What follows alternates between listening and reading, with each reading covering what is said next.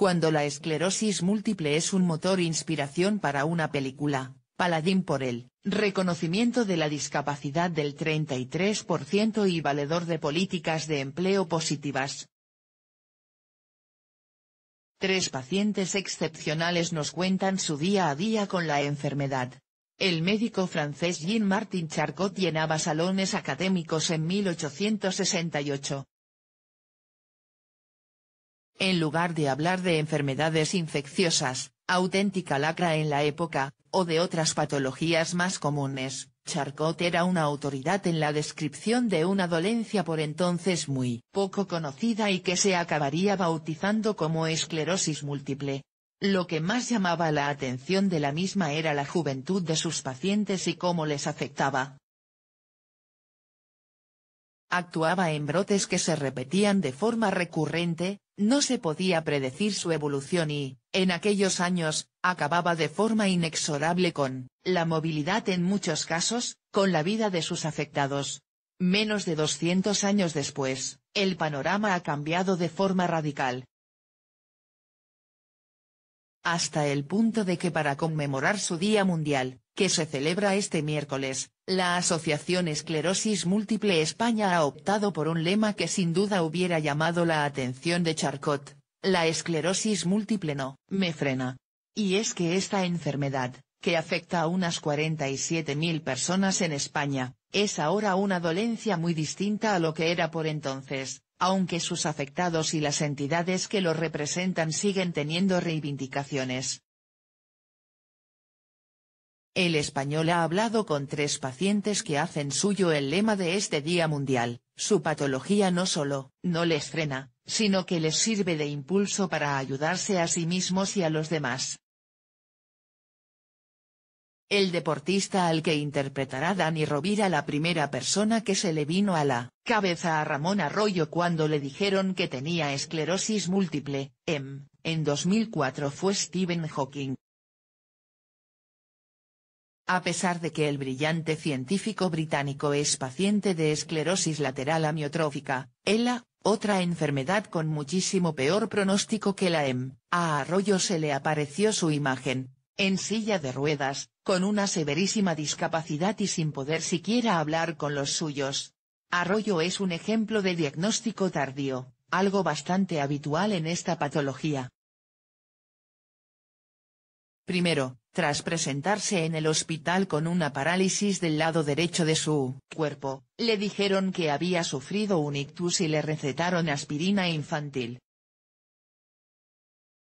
Meses después vino la verdad, que tardó un par de años en asimilar. Estuve en fase de negación, no la dejé hasta que vi que no me sentía seguro a la hora de coger a mi hijo pequeño de la cuna. Recuerda. En esa época, y según sus propias palabras, Arroyo estaba gordo, fumaba y no hacía deporte, una situación que decidió revertir practicando ejercicio y, en concreto, corriendo. Empezó poco a poco, con distancias de 200 metros y el último capítulo de esa evolución ha sido completar un Ironman, la prueba más exigente del triatlón, que consta de 3,86 kilómetros de natación, 180 kilómetros de ciclismo y 42,2 kilómetros de carrera a pie. Siempre con el consejo y la supervisión de sus médicos, y asesorado por entrenadores especializados.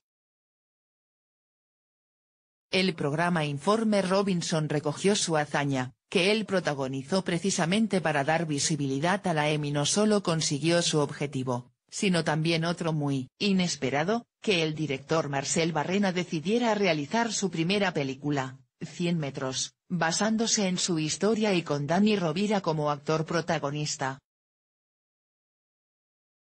¿Qué por qué el título? Porque esa fue la distancia que le dijeron a Arroyo que podría andar tras el diagnóstico, y que él decidió incumplir a base de tenacidad y esfuerzo.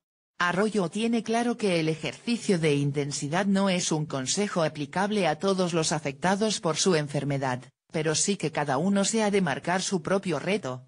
Lo contó en su libro Rendirse no es una opción, en el que, concluye, también cuenta los momentos no tan amables de la enfermedad, como el que vive en la actualidad, que le tiene alejado, solo momentáneamente, de las pistas. El que lucha por un certificado que quite el miedo a priori. Uno podría pensar que contar con un grado de discapacidad del 33% no es algo deseable para una persona aparentemente sana, pero es una de las reivindicaciones históricas de los afectados por esclerosis múltiple. La razón no es solo que la patología en sí tiene síntomas que implican cierta discapacidad, como la fatiga, sino otro mucho más importante: el miedo a las represalias laborales o a encontrar un trabajo.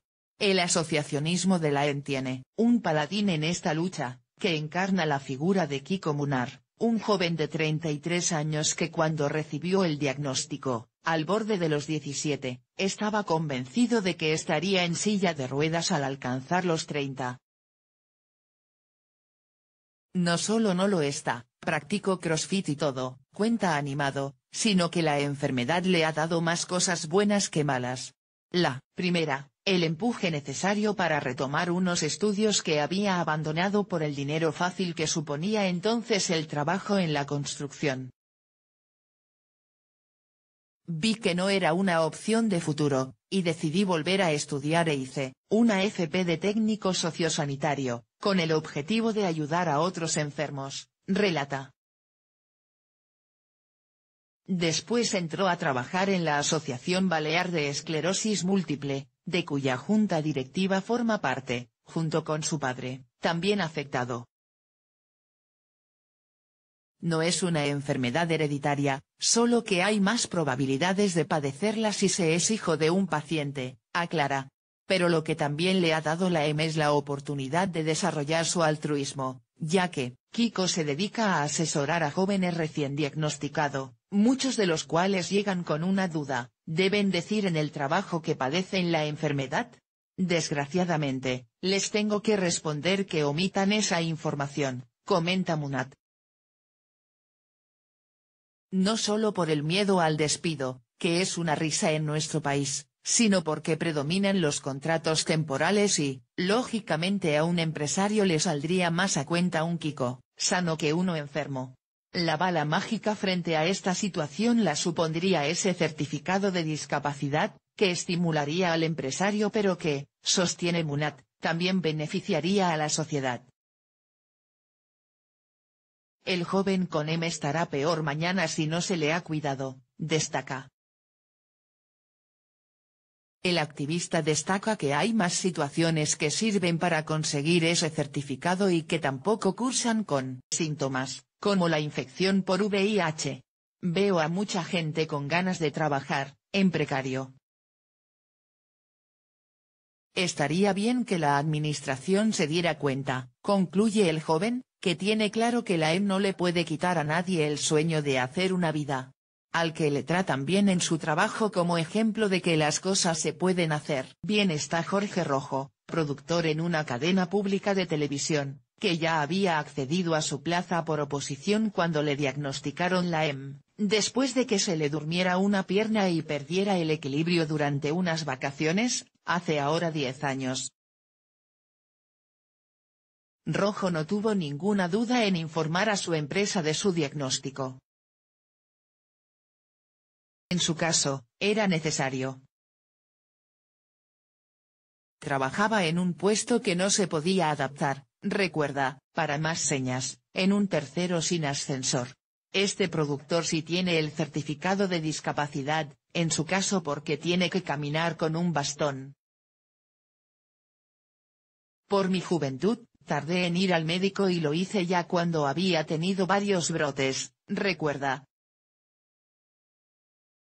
Este problema le impide salir a exteriores, pero no le supone ninguna pega a la hora de hacer producción de oficina para la que, básicamente, se necesita un teléfono y un ordenador.